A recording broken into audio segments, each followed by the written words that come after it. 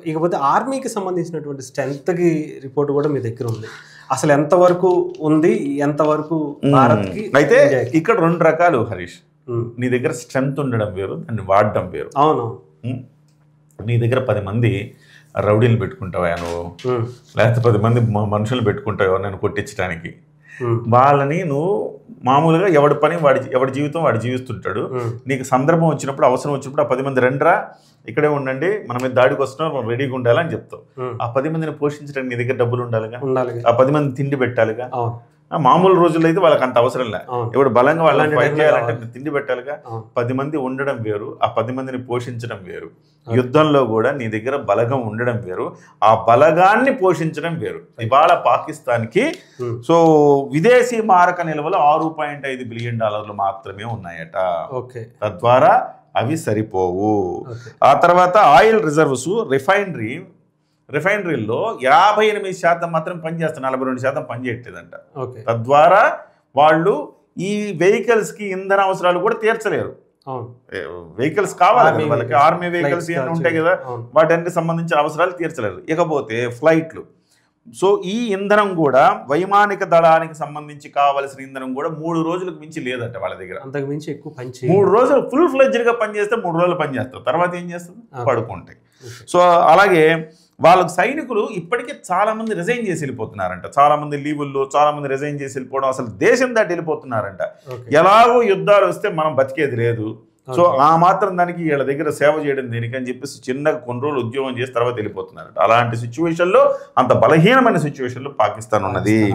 ఇకపోతే బలూచిస్తాన్, హైబర్ పఖ్తూన్ఖవా 2 రాష్ట్రాలు ఉన్నాయి. ఆ 2 రాష్ట్రాలు అంతర్గత కుమ్ములాటలు బాగున్నాయి. వాళ్ళు సపరేట్ స్టేట్లు అడుగుతున్నారు, సపరేట్ దేశంగా మేము వెళ్ళిపోతాం అంటున్నారు. అక్కడ కూడా వాళ్ళు కూడా సహకరించే పరిస్థితి కనబడట్లా. ఓవరాల్గా చూస్తే మన దగ్గర మిలిటరీ ఫోర్సు భారతదేశంలో 51 లక్షలు ఉంటే వాళ్ళకి 17 లక్షలు మాత్రమే ఉంది మిలిటరీ ఫోర్సు, సగం కూడా లేదు. సో అట్లా దాంతోపాటుగా మనము 150 కోట్ల మంది పాపులేషన్ ఉంటే వాళ్ళు 25 కోట్ల పాపులేషన్. గ్లోబల్ మిలిటరీ ర్యాంకు చూస్తే వాళ్ళది 12వ ర్యాంకు, మనది 4వ ర్యాంకు. ప్రపంచంలో గ్లోబల్ మిలిటరీ ర్యాంకులో వాళ్ళది 12, మనది 4. సో 12 కూడా ఎట్లా వచ్చిందంటే వాళ్ళు ఉన్న దాంట్లో అడుక్కు తిన్నా పర్లేదు కాబట్టి, కానీ మిలిటరీకి మాత్రం ఎంతో కొంత పెట్టాలని పెడుతుంటారు. డెవలపింగ్ ఏం లేదు కదా, సో అట్లా డిఫెన్స్ బడ్జెట్ వాళ్ళు $7.6 బిలియన్ ఖర్చు పెడుతుంటే మనం $80 బిలియన్ ఖర్చు పెడుతున్నాం. సో అంత వేరియేషన్ ఉంది ఇక్కడ. సో ఇకపోతే ట్యాంక్స్ అంటే యుద్ధ ట్యాంకులు మన దగ్గర 2000, వాళ్ళ దగ్గర 2600 ఉంటే మన దగ్గర 4200 ఉన్నాయి. డబుల్ ఉన్నాయి, ఏదున్నా డబుల్ ట్రిపుల్ అట్లా ఉంటాయి అనమాట. ఆర్మర్డ్ వెహికల్స్ చూడండి, 17,000 వాళ్ళ దగ్గర, 1,48,000 మన దగ్గర. సో ఎంత బలమైన, పోనీ ఆ బలాన్ని ఉపయోగించగలిగిన వనరులు కూడా మన దగ్గర ఉన్నాయి, వాళ్ళ దగ్గర లేవు. సో జీడిపిలో వాళ్ళది 43వ ర్యాంక్ అయితే మనది 4వ ర్యాంక్. సో ఏ రకంగా చూసినా వీళ్ళు 78,000 ఎయిర్ ఫోర్స్ అవి ఉంటే మన దగ్గర 3,10,000. ఎయిర్ క్రాఫ్ట్స్ వాళ్ళ దగ్గర 1,300 ఉంటే మన దగ్గర 2,500. సో ఇట్లా మనకు ఏది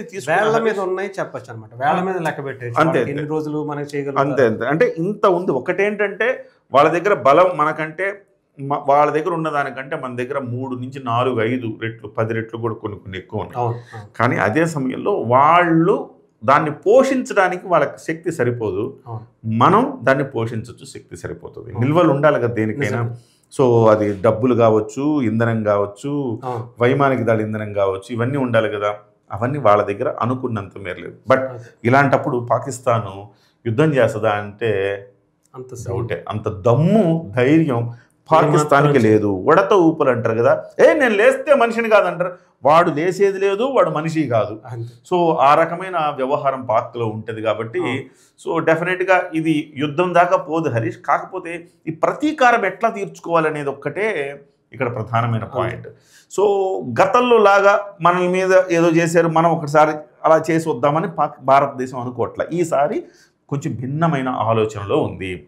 ప్రపంచ దేశాలు హరీష్, ఇక్కడ మనం మాట్లాడుకోవాల్సింది కేవలం బలంతో కొట్టడం కాదు, బుద్ధితో కొట్టాలని భారతదేశం యోచిస్తుంది.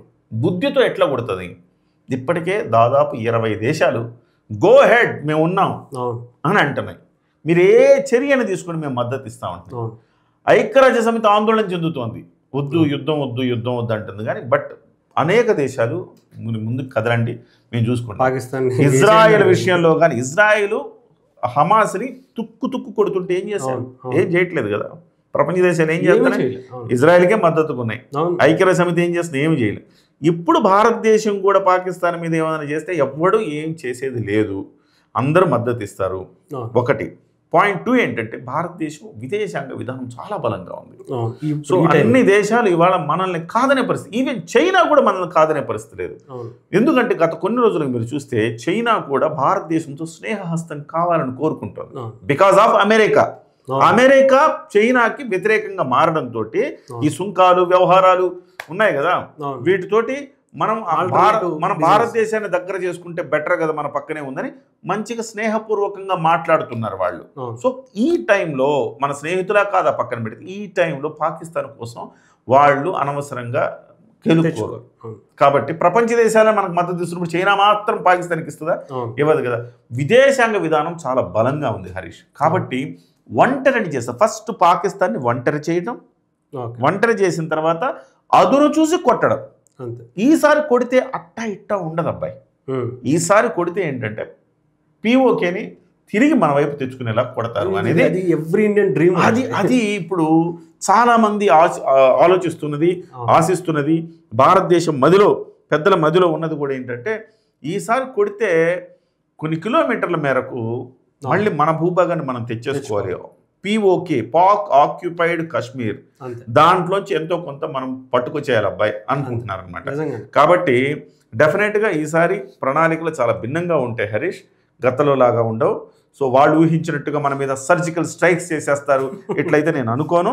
ఎందుకంటే ఆ రోజు వాళ్ళు ఊహించలా సర్జికల్ స్ట్రైక్ అలా చేస్తుంది భారతదేశం అని ఊహించలా, కాబట్టి వాళ్ళంతా అప్రమత్తంగా లేరు. కానీ ఇవాళ అప్రమత్తంగా ఉన్నారు వాళ్ళు. ఇన్ని రోజులు ఉంటారు అప్రమత్తంగా. డెఫినెట్గా అదును చూస్తుంది. మన ఇంటెలిజెన్స్ వ్యవస్థ కూడా చాలా బలంగా ఉంది. అదును చూస్తుంది. చూసిన తర్వాత సరైన దెబ్బ కొడితే ఈసారి అట్టా ఇట్టా ఉండకూడదు అనేది వాళ్ళ భారతదేశంలో పాకిస్తాన్ అనేది కనిపించకూడదు అని చెప్పేసి చాలా మంది. సో అట్లా జరగకపోయినా మొత్తం మీద అయితే మన పాక్ ఆక్యుపైడ్ కాశ్మీర్ ఏదైతే ఉందో దాన్ని అయితే తెచ్చుకునే ప్రయత్నం. ఇది ఒక సంక్షోభాన్ని అవకాశంగా మలుచుకోవడం అంటుంటాడు కదా చంద్రబాబు నాయుడు గారు. అలాగే ఈ సంక్షోభాన్ని అవకాశంగా మలుచుకొని దెబ్బ కొడితే మళ్ళీ మంది మనకు వచ్చేసినట్టుగా కొడతారనేది నిజంగా ఒక చర్చ జరుగుతా ఉంది.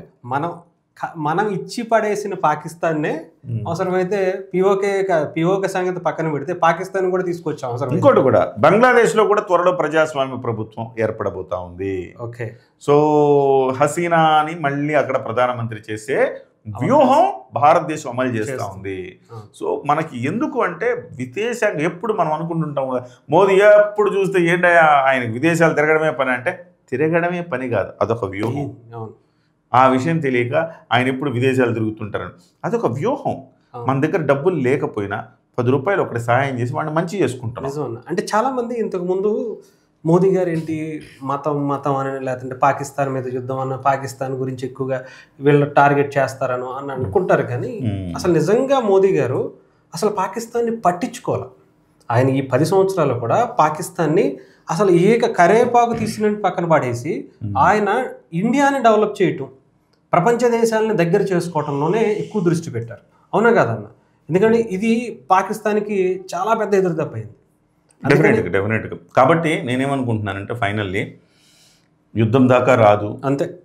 సో అలాంటి సిచ్యువేషన్ వచ్చిందంటే చరిత్రలో మరొక సువర్ణ అధ్యాయం లిఖించే విధంగా విజయం అయితే వస్తుంది. కాకపోతే యుద్ధం రాకపోయినా యుద్ధం కలిగించే భయాన్ని అయితే తెప్పిస్తుంది, పాకిస్తాన్కి కలిగిస్తుంది. ఇప్పటికే వాళ్ళు వణుకుతున్నారు. సో నాకు తెలిసి మళ్ళీ రాజీ ఫార్ములాకి వచ్చి ఏదో జరుగుతుంది అనుకుంటున్నా. బట్ ప్రతీకారమే తీర్చుకున్న తర్వాతే రాజీ. ఇప్పుడు రాజీ లేదు, ఏం లేదు. ముందు ఒక దెబ్బ కొట్టిన తర్వాత అప్పుడు రాజీ చేసుకుందాం అంటారు. అది రైట్ అన్న. Thank you.